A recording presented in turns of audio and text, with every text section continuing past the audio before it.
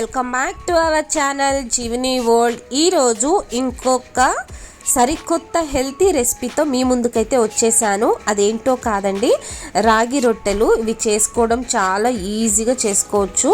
And also ఇవి తినడం వల్ల మనకి డయాబెటిక్ కూడా కంట్రోల్ అవుతుంది, వెయిట్ లాస్కి కూడా చాలా బాగా యూజ్ అవుతుంది. లేట్ చేయకుండా ఈ రాగి రొట్టెల్ని ఏ విధంగా ప్రిపేర్ చేయాలో తెలుసుకుందామా? సో దీనికి గాను ముందుగా నేను ఒక బౌల్ నిండుకైతే రాగి పిండి అనేది తీసుకున్నానండి.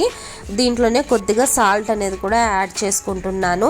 అలాగే దీంట్లో సన్నగా తరిగిన క్యారెట్, అలాగే సన్నగా తరిగిన పచ్చిమిరపకాయలు, సన్నగా తరిగిన కరివేపాకు, ఈ మూడింటిని కూడా ఈ పిండిలో వేసేసుకుంటున్నాను. మీ దగ్గర బీన్స్ ఉన్నా అవి కూడా యాడ్ చేసేసుకోవచ్చు. అలాగే వీటిల్లో సన్నగా తరిగిన ఒక మీడియం సైజ్ ఆనియన్ని కూడా ఈ విధంగా చిన్న చిన్న పీసెస్గా కట్ చేసుకొని వీటిల్లో వేసుకుంటున్నాను. అలాగే సన్నగా కట్ చేసిన కొత్తిమీర. సో ఇవన్నీ ఒకసారి బాగా కలిసేటట్టు రాగి పిండిలో ఒకసారి బాగా కలుపుకోవాలి.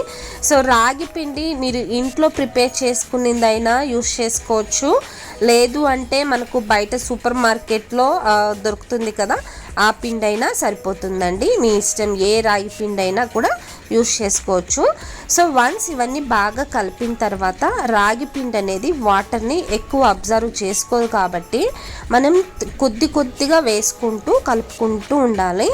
సో ఫైనల్గా వచ్చేసి ఈ కన్సిస్టెన్సీ వచ్చేంత వరకు కలుపుకోవాలండి. మరీ గట్టిగా ఉండకూడదు, అలానే మరీ జారుడుగా కూడా ఉండకూడదు. చేతులతో మనం స్ప్రెడ్ చేస్తే ఒక రొట్టెలాగా వచ్చేటట్లు మనం కలుపుకోవాలి. సో ఫైనల్గా అయితే ఈ కన్సిస్టెన్సీ వచ్చినంత వరకు కలుపుకొని తర్వాత ప్లేట్ క్లోజ్ చేసేసి ఒక 10 మినిట్స్ పక్కన పెట్టేసేయండి.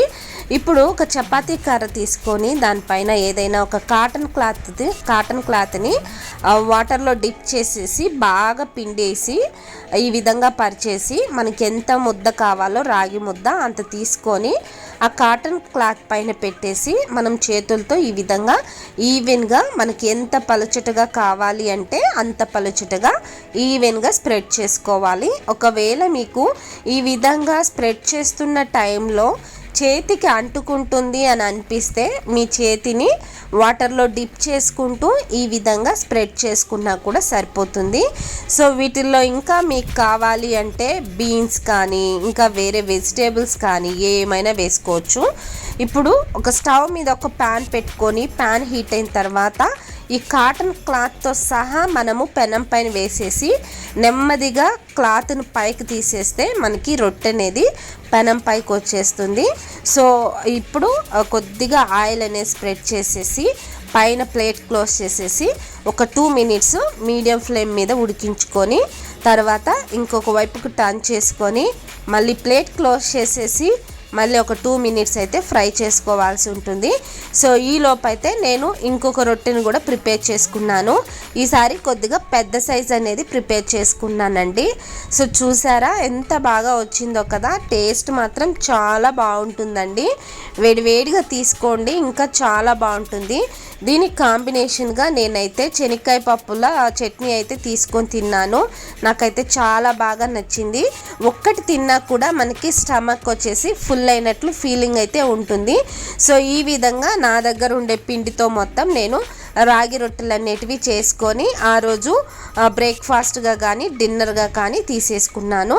ఇదండి ఈరోజు వీడియో. ఈ వీడియో కనుక మీకు నచ్చినట్లయితే వెంటనే ఛానల్ని సబ్స్క్రైబ్ చేయండి, లైక్ చేయండి, షేర్ కూడా చేయండి. Thank you.